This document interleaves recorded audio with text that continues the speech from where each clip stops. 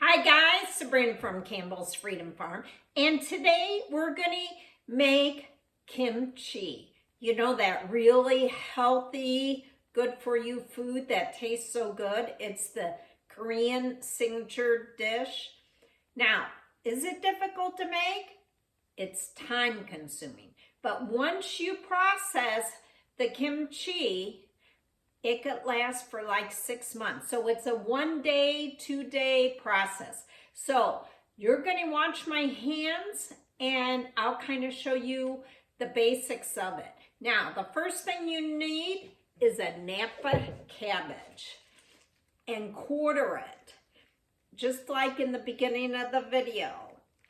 Next thing, you need a big container and a whole bunch of Korean brining salt, or I just get kosher salt. It's really thick salt, coarse salt, because we need to take the water out of this. So let's get going.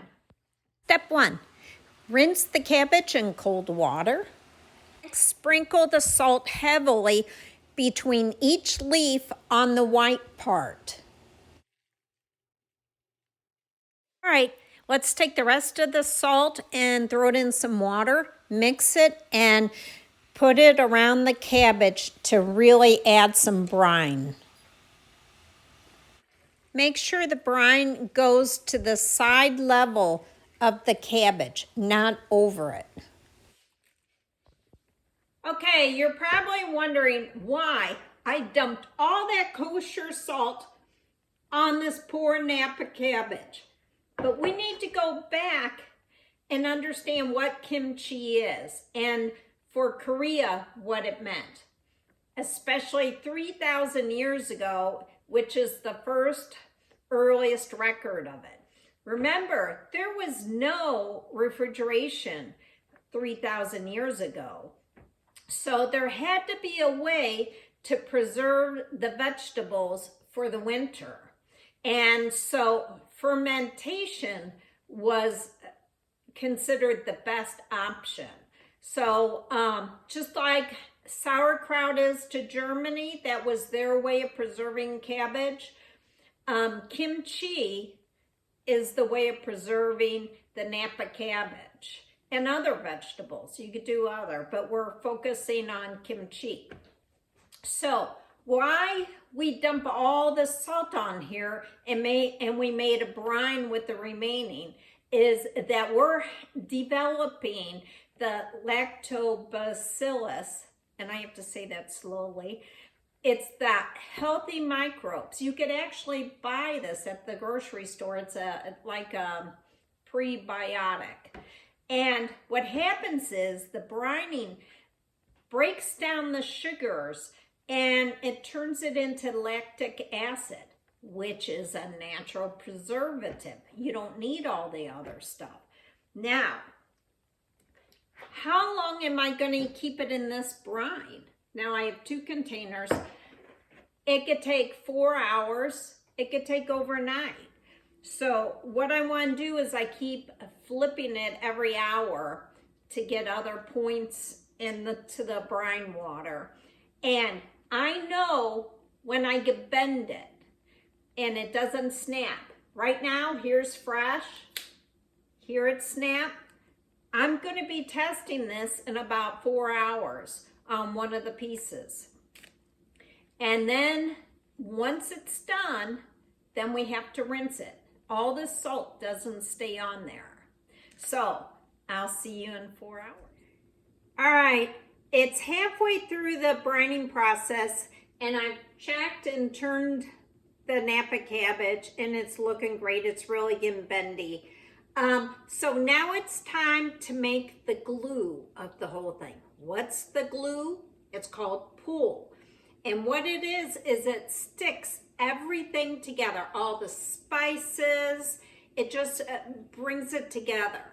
So what I do is I take 1 cup of very warm water, a 1/4 cup of flour, and I mix it in. Now, what kind of flour? You could use sweet rice flour. Some people use potato flour, or you could just use regular flour. And what you want is something that's thick, like a very thick, pasty gravy. All right. And no lumps. Okay. So, it's that quick. So, what we have to do now is make the rest of it. Now, in a blender, you're going to take 8, well, you could do 6 to 8. I like a lot of garlic, cloves, and about a tablespoon of garlic. So you put that in. Now, fish sauce. You have to have it.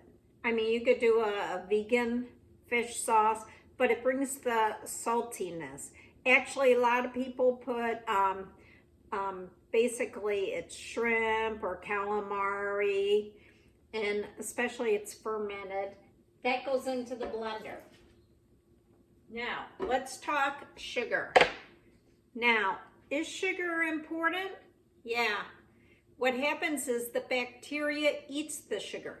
You don't want to use a lot of sugar. A lot of people put like 2 tablespoons or such. But remember, the carrots and the radish have natural sugars in them. So we don't want to add a lot. We just want a teaspoon. It's not even a teaspoon to get the process going.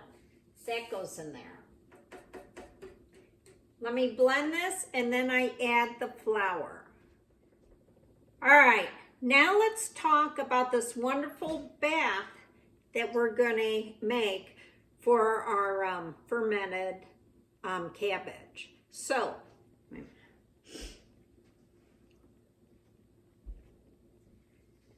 all right, now we need to add all our vegetables besides the Napa cabbage that's still,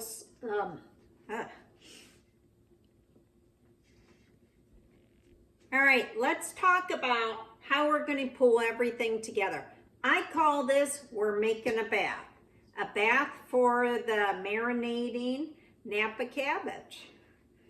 Okay, so I want to do a bunch of vegetables, and you could add vegetables. Some people use radish tops, mustard greens. I mean, there's a whole variety, but you have to see what's in season. There's not a lot in season right now except what I'm growing.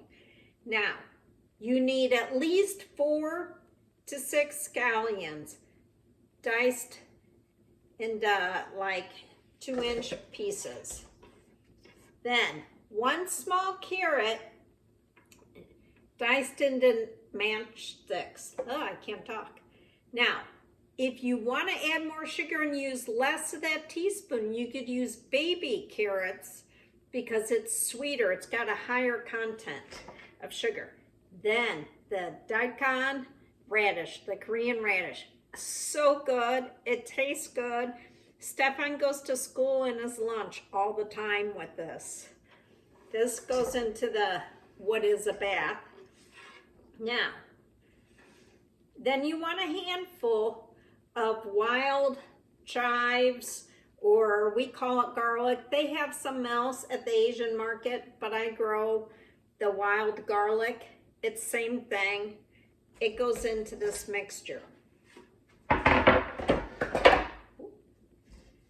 Okay, so I have all these beautiful vegetables. Now we're going to take our gravy, our glue, and it's going to go into here.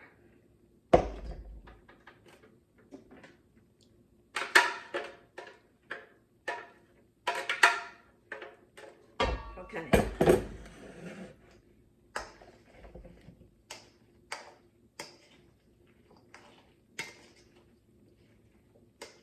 Okay, now a very important part of this, and this is dependent on how much spice you like.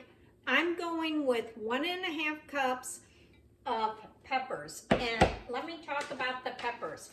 These are Korean hot pepper powder. It's not the same as like regular powder. What it is, I think it's a mixture of powder and small chunks. And so I would always recommend getting the Korean hot pepper mixture. And it even shows that it's used for kimchi. Okay, this goes into the mixture.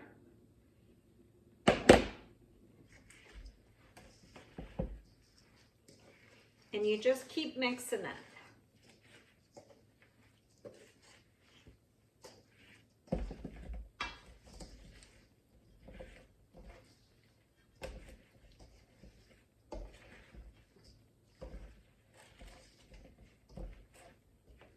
Okay, now to get it a little more juicy per se, you could add some bone broth or chicken broth, you know, like a 1/4 cup, and then it's more liquefied. But right now I want to set like this. Can you see it? It already looks good, doesn't it? Okay, so now all we have to do is rinse our cabbage, and then we start bathing it in here. Okay, good news. Our Napa cabbage is done, and I want to show you how you know it's done. Okay, you could take these and bend them and push, and it's not snapping all the way through. Now, did you notice how smaller it is? That's how much that cabbage weighs. Now, all we have to do is just rinse this in cold water, and you keep rinsing it gently. Don't tear apart the cabbage leaves until you could taste a piece and there's no salt. So let me do that, and then it's time to put your cabbage in its container. It's back. Okay, the next step is we have to bathe our Napa cabbage in here. And I have my hair back, a black shirt, because the red peppers do not come out of your clothes so easily. And this is good just so you don't rub your eyes or stain your hands. I've done it both ways, but I prefer the gloves. So I'm going to put the camera down just so you can see.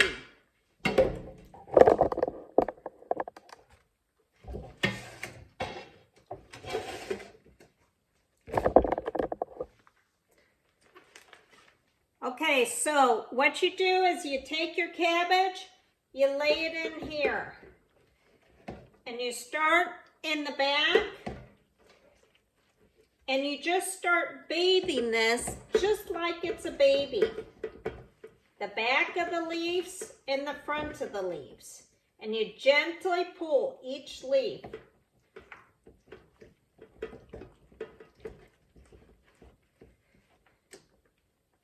Okay.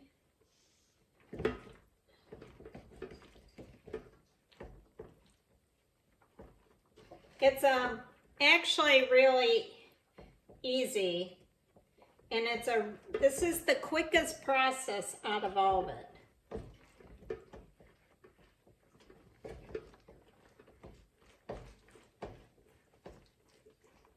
Okay.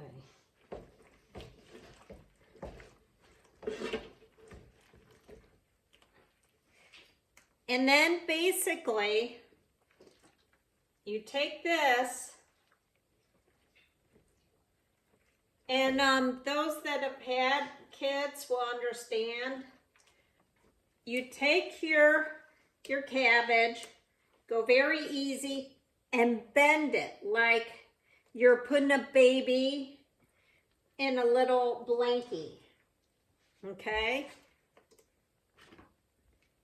And then you put it into here. All right, let me finish the rest. Okay, not everybody does this. Some people do, some don't. I take cling wrap.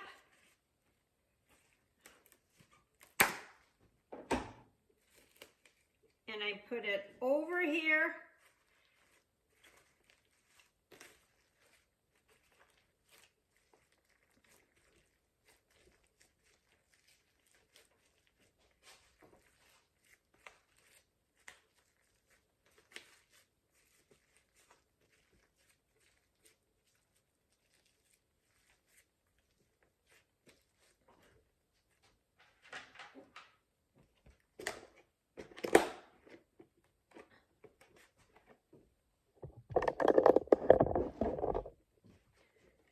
Okay, so that's it. Not everybody puts cling wrap or saran wrap on there, but I want to get all the air out. You know how you squeeze a bag and all the air comes out? This does the same thing. Now, this sits on the counter for 12 hours. Then you could check it, make sure everything looks good. Then it goes into the refrigerator, unfortunately, for 3 weeks. You could try it at 2 weeks, but it's so hard to wait because it's so delicious. Now, my recipe is my recipe. It's just like if you go to Italy and you ask for pasta, there's like a million varieties. Mine is the very basic, just how to do it and kind of understand what happens. But it's a lot of fun, and this brings me to another video. This kimchi costs some money to make, but it's organic. I know where the products came from. How about we grow it ourselves? We could have a kimchi garden or a Korean garden or Asian garden, whatever you want to call it, but we could grow all the radishes, Daikon radishes, green onions, the Napa cabbage, all of that. So this is Sabrina from Campbell's Freedom Farm. Have a great day, and please subscribe, like, and share.